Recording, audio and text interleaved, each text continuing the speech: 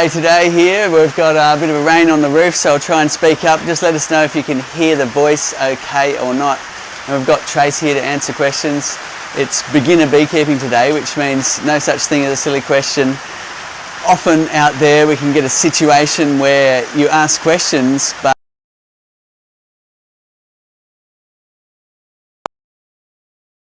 sentiment of not so supportive to new beekeepers for some reason. So what we like to do here at Flow Hive is create a supportive environment where you can ask any questions you like.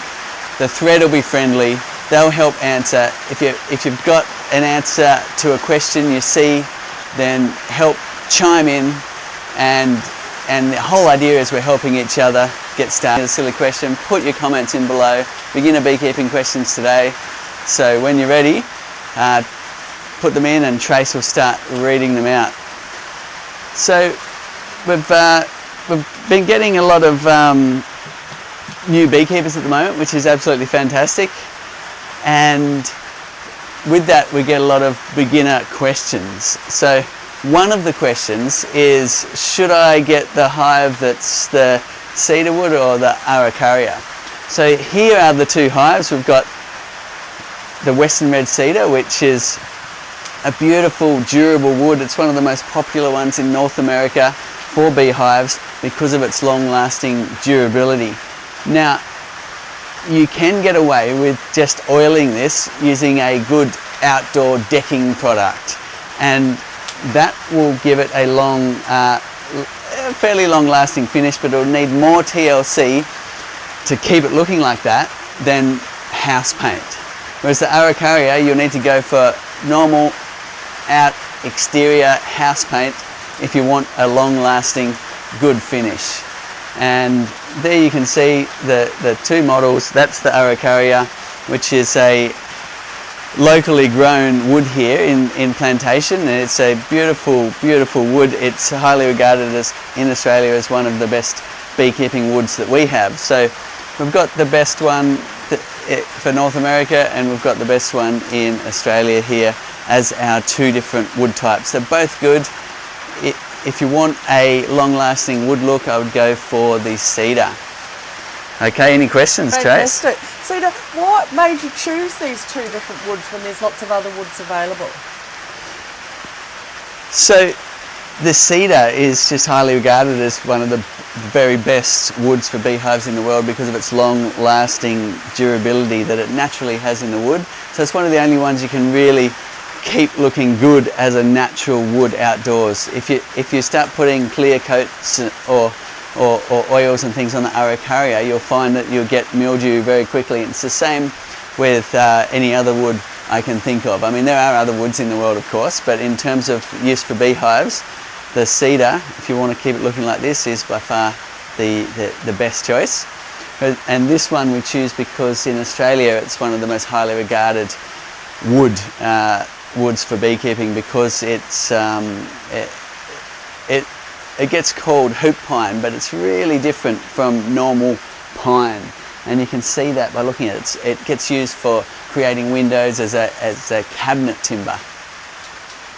Fantastic. Cedar, a question. We've got a lot of people tuning in from Mexico, Adelaide and Indonesia this morning.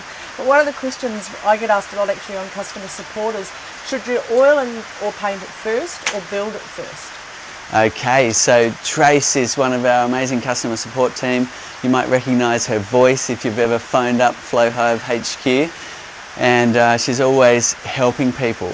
So oiling it, I normally would assemble it, and if you're using a decking coat, I would assemble it and then put the coat on. Some people like to paint first if they're using a house paint to get all in the joints and then assemble, but bear in mind if you do that, the parts might not fit together if you've got blobs of paint in these joins. So normally we recommend assembling. Leave off the details like the brass knobs and latches and things, and add your oil and then put the brass details on at the end. Great. Cedar, Scott's tuned in, just wondering what to do if their hive swarms. Okay, if you've started beekeeping and your hive's going great and they're building up in the springtime is when swarms happen, and they get really crowded in there, then it's the normal natural reaction of the bees is to divide. That's how they divide their colonies and create new colonies. So if that's happened and you haven't taken a split early enough, that's the ideal thing to do, is take a split before the bees swarm. But if you haven't done that and the bees are genetics are just really swarming, you've done your best you can to limit half of them taking off, but they've taken off anyway, then what you need to do is, one, hopefully you can catch that swarm and start another colony. That's a fun thing to do. But you've got to look after the parent colony, because it's all of a sudden lost half of its bees, and all those bees had jobs in there, and some of those jobs were keeping things like small hive beetle away from laying their eggs in the comb. So if you've got a sudden drop in numbers for whatever reason and you've got the small hive beetle in your area, then you need to activate your pest management tray, which is down here in the bottom, and you can put some oil in there and catch those beetles. So that there's a tray here, and that allows you to catch those beetles. Works really quite well because there's a screen bottom board